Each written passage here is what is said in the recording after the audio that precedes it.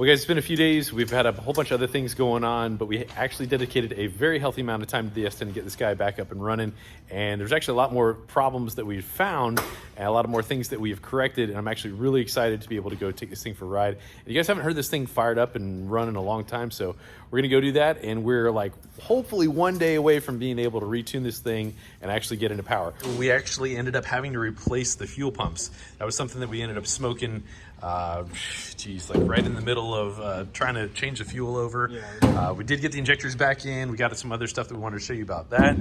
Went through the methanol. So this is a methanol tank. This fabrication was so sick. Like, guys, just check that out, man. And Josh did an awesome job with that. A little bit of a cooling issue, and kind of Juan re-engineered that. That's something that we just did. Got our overflow tank. This needed to be a little bit higher than the top point right there. But we have two water pumps on this thing. One electric water pump, and it's like that right down in there, and then we have the one up there. But when one is running, it's kind of creating a high pressure over here, and this one kind of pukes out. So we got to do both. We got to have it running and not running in order to get all the water bubbles out. But she looks really good, man. Guys, this thing cleaned up pretty good. The electric power steering. So it was one of the wires kind of broke, and then the ground wire just kind of... Hey guys, in the other video we had mentioned that we were doing a lot of modified fuel injectors. These are 850cc injectors. We use these in a whole lot of builds. LSA stuff, anything supercharged. We even use these on some naturally aspirated applications with the 85. These injectors are capable of 1,000 horsepower if you have enough fuel pump behind it. Here's some other truck injectors that we've done, and these are 72 pound-an-hour injectors. These are like 750cc's. We can make probably about 750 wheel horsepower on a very decent fuel pump on these. Awesome injector for a turbo, junkyard build. These are $600 retail. Purchase this, and you mentioned this video, we would give you $100 off. That would be $500 plus shipping. These injectors right here are normally $350, $300 plus shipping. We are reliant on you guys in order to help us fund this project. Everything's gotten a lot more expensive, but we got some pretty awesome parts that we can help you guys make a bunch of horsepower with. So if you guys got a late model Camaro or a late model Corvette, we port these. They average about 10 wheel horsepower. Awesome upgrade to the vehicle. We also have other throttle bodies for other applications, make a lot more throttle response and make a little bit more bottom end mid-range grunt out of it. So thank you very much for your support.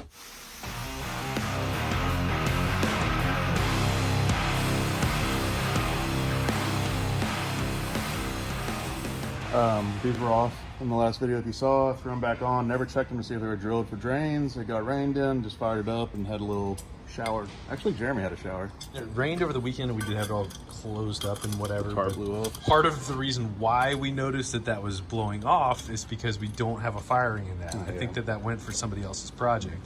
So when that doesn't have the allotted amount of boost pressure to open it, it should be closed. And you fired up and it was just spewing a whole bunch of water. So that's kind of how we were cued off to that.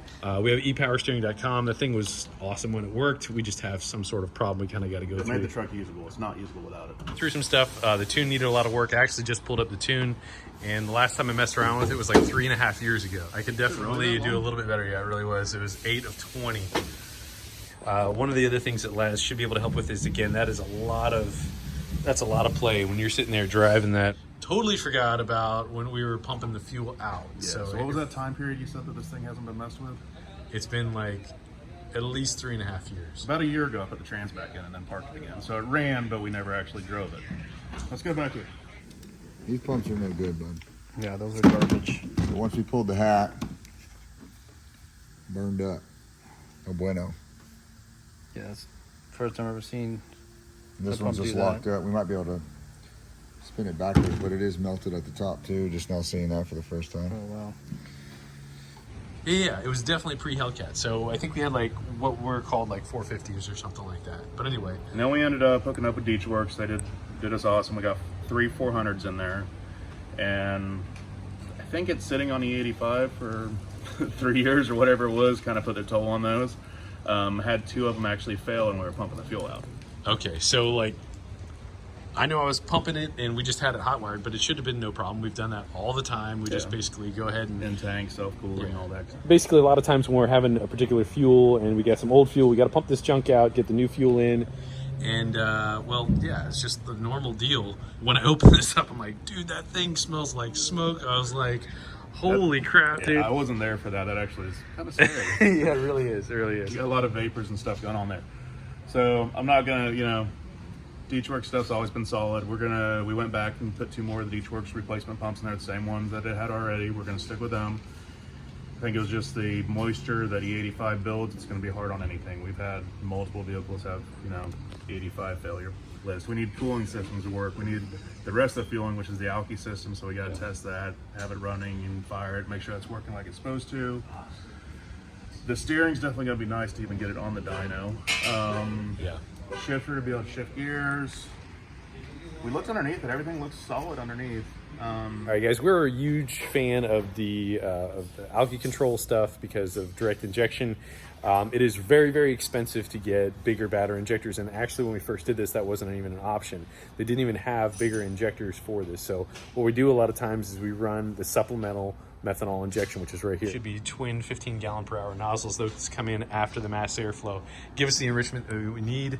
It cools it down. It's basically like steroids for it. This is such an integral part to fueling and making big power on direct injection. So we need, the old methanol's been drained out, but we haven't put any fresh in yet. We need to disconnect these nozzles, fill the system up, run it, make sure everything's flowing good, then pull this off, hook it back up, spray it through the nozzles, make sure they're spraying appropriately. Doesn't got to do just a health check on that. Your truck over there has been down for actually a long time. Yeah, it's so about a month and a half now. well, it's been like a week. But you haven't like stepped on it in like 6 months or something. You've been rolling around on like a rod knocking. It never rod knocked. Everybody says that. Those are bad lifters. There's lifters in there. The wheel was like completely loose on it. So about a year ago when he first got it, y'all were stoked.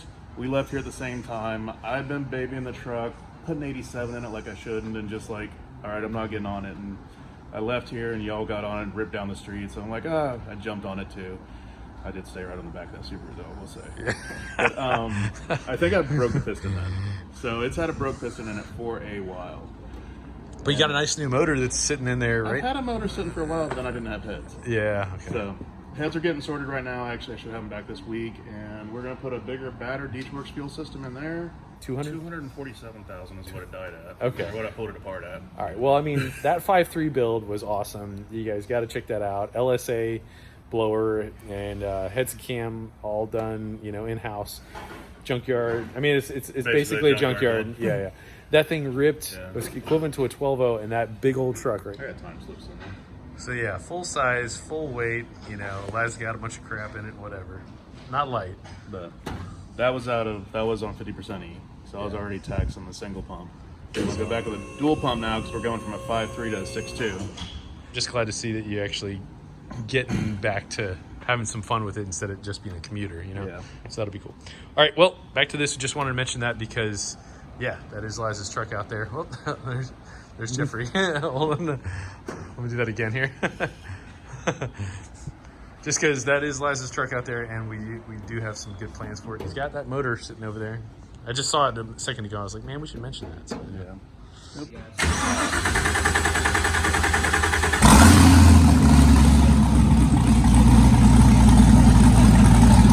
Nice, man.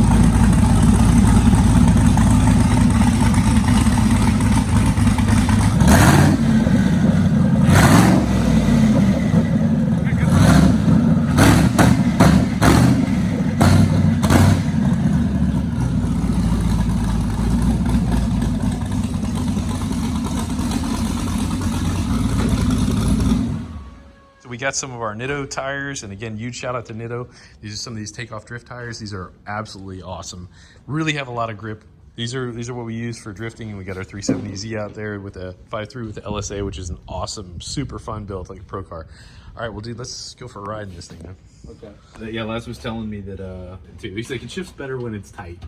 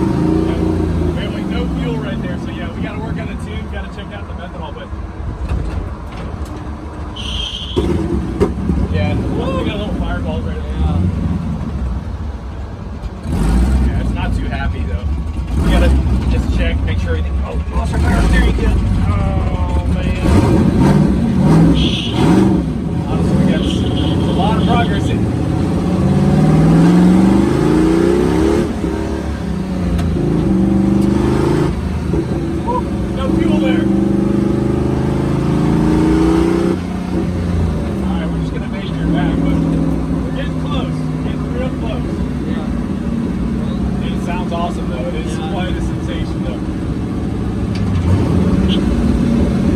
We gotta tighten this guy up. We gotta find out how we're gonna be able to do that too. So Yeah, that's where.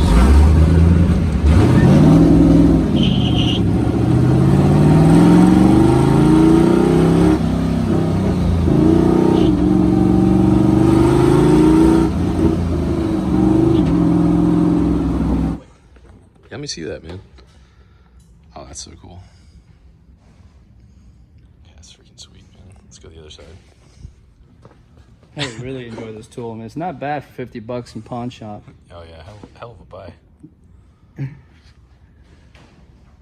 that's freaking awesome. Laz isn't here right now. I want to say good job. Thanks for the dedication, man. Greatly appreciate it. Yeah, man. Frank is really coming back together here. A little bit more work, man. Just a little bit more work. Well, tomorrow we work on the tune, and hopefully we can get our firing in and actually get this thing boosted and try and re-dyno it. One of the things I had a problem with before was kind of some of the torque management on it, and it was like limiting the throttle so it would limit the boost. It was kind of a blessing and a curse type thing, but I think we should be able to get that taken care of. Now, one of the interesting things about this is a supercharged processor, and we're using it for a twin turbo.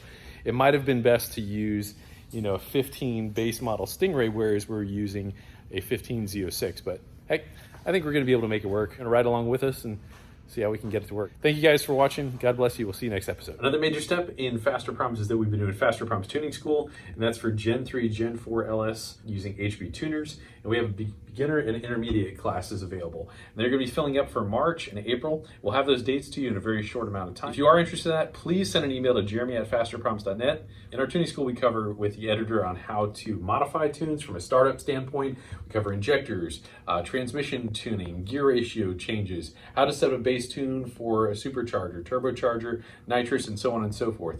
We cover everything from the basics all the way up into some very advanced concepts and really helping you guys move along with troubleshooting, because troubleshooting is something that you're going to need day in and day out with tuning.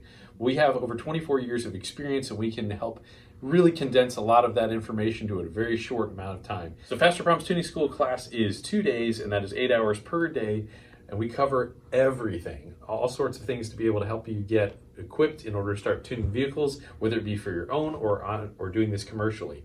We have a lot of information, plus we have a bin library that we share all sorts of our files that we've used on dyno tuned vehicles in order to set this up for your success. If you guys are interested in taking this class, please contact Jeremy at fasterproms.net, and that contact will also be in the description below.